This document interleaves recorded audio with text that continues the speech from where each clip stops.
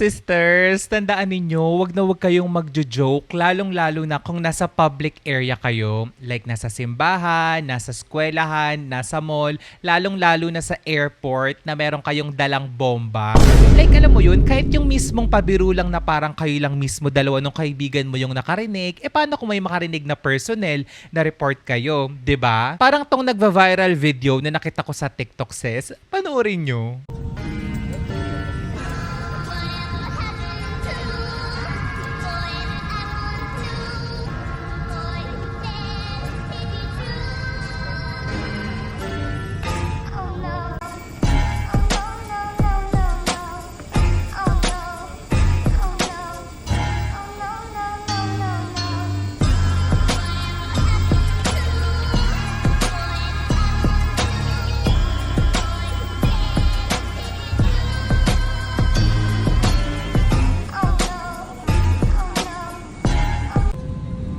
Sir, magandang gabi. Kayo po ay inimbitahan namin sa himpilan po ng pulisya dahil po sa paglabag ng Presidential Decree number 1727. Kayo po yung unang bababa. Pakidala po ng inyong mga gamit. Okay po. My gosh. So pinababa siya sis. Pinababa sila. Ayun.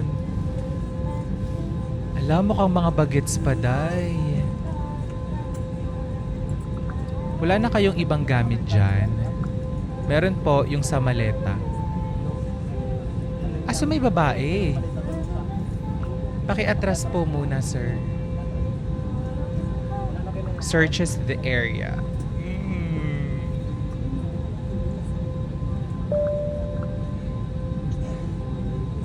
Kasi sis, iba kasi ang security talaga eh, 'di ba? Which is dapat lang naman talaga lalong-lalo na kung nasa airplane kayo, 'di ba?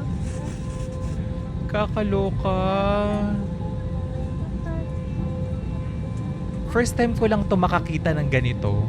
Like yung pinababa sa airplane dahil nagloko na meron silang bomba-bomba.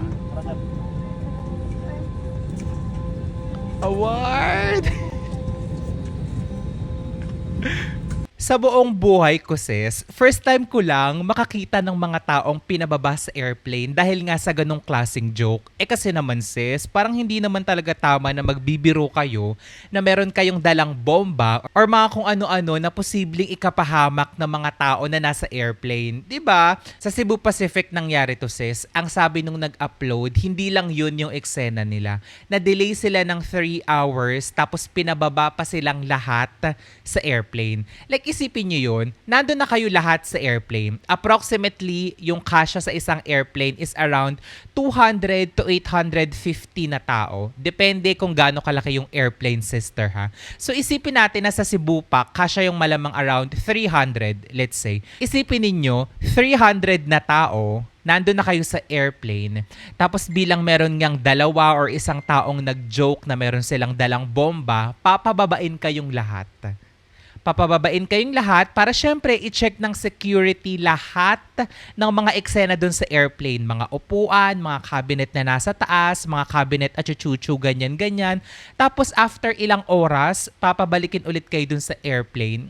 'Di ba? Like, sis, sobrang hassle niyan. Ang chika din ni ating nag-upload, mukhang hindi rin naman talaga intensyon ng mga tao, ng mga mukhang bagets na nagjo-joke-joke na meron silang bomba, na talagang alam mo yun, gumawa ng eksena. Kaya nga lang sis, mukhang narinig sila ng personnel. Siguro ang eksena nitong mga bagets, kemi-kemi na, uy, may dala akong bomba dito, chururut, ganyan-ganyan. Alam mo yun, yung parang biroan lang. Kaso nga lang, syempre, narinig ng airport staff, tumawag ng security, ayan, may pumuntang officer para bigyan sila ng Achuchucho Declaration Presidential Keme. Biruin mo yun.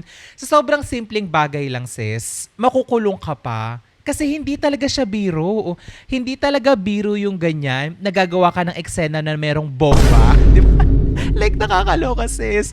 Sa mga nagta-travel dyan or sa mga taong medyo palabiro, sana ilugar din natin yung pagiging palabiro natin. Kasi ayaw naman natin na humantong sa kulungan yung mga ganitong eksena natin. Di ba? Sprinkle, sprinkle.